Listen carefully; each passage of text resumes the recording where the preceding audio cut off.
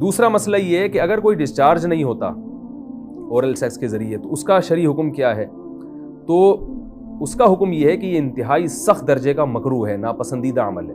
اور اس کے سخت درجے کے مکروہ اور حرام نہیں ہے لیکن بہت زیادہ ناپسندیدہ اور شریعت کے مزاج کے بالکل خلاف ہے، اور اسلامی کلچر میں اس کا کوئی تصور نہیں تھا۔ یہی وجہ ہے کہ فقہاء کرام کے ہاں اس چیز کا تذکرہ بہت ہی محدود پیمانے پر ملتا ہے۔ یہ اس کی علامت ہے کہ مسلمان معاشرہ اس چیز سے بالکل بھی واقف نہیں تھا کہ یہ کیا ہوتا ہے۔ تو یہ چیز غیروں سے آئی ہے، غیر مسلموں سے ہمارے معاشرے میں، جو ان کی موویز دیکھ دیکھ کے، فحش فلمیں دیکھ دیکھ کے نوجوانوں میں اس چیز نے سرایت کیا، ورنہ یہ انسان طبی طور پر اس عمل سے بہت زیادہ نفرت کرتا ہے۔ کوئی بھی شریف الطبع آدمی ذہنی طور پر اس کے لیے تیار نہیں ہوگا۔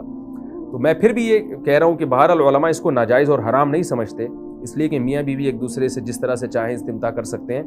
لیکن سخت ناپسندیدہ بہرحال ہے اور مکروہ چیز ہے، اور اس قابل نہیں ہے کہ اس کی حوصلہ افزائی کی جائے۔ یہ اس کے بارے میں ہے کہ جب یعنی جو ہے وہ ادخال کیا جائے اس فم کے اندر، اس جو ہے مرد اس میں باقاعدہ جو ہے وہ تلذذ حاصل کرے۔ اگر ایسا نہ ہو بلکہ باہر سے استمتاع کیا جائے، جیسے بعض جگہ ایسا ہوتا ہے کہ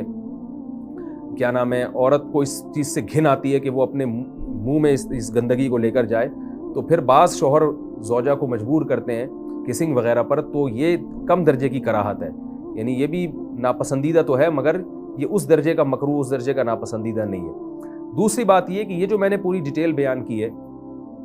یہ اس صورت میں ہے اس کے مکروہ اور ناپسندیدہ ہونا کہ عورت اس کے لیے ذہنی طور پر آمادہ ہو۔ یہ بات خوب یاد رکھیں، اگر عورت کو اس عمل سے گھن آتی ہے تو پھر مرد بیوی کو اس کام پر مجبور ہرگز نہیں کر سکتا، کیونکہ یہ نکاح کے جو ایگریمنٹ ہے، مقتضیات ہیں، اس کے خلاف ہے، یعنی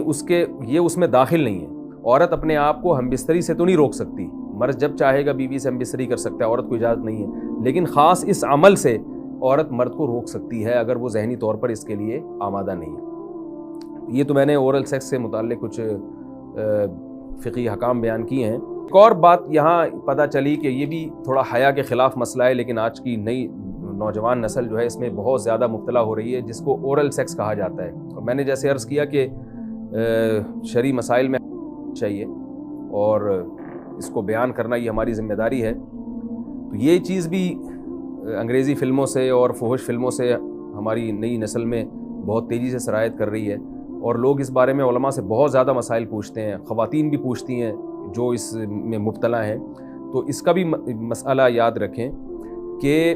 اللہ تعالیٰ نے حالت حیض میں زوجہ سے ہم بستری کو حرام قرار دیا کیونکہ اس میں گندگی ہے۔ باپ دیکھیں کہ وہ گندگی اس درجے کی نہیں ہے جتنی اورل سیکس میں گندگی ہوتی ہے۔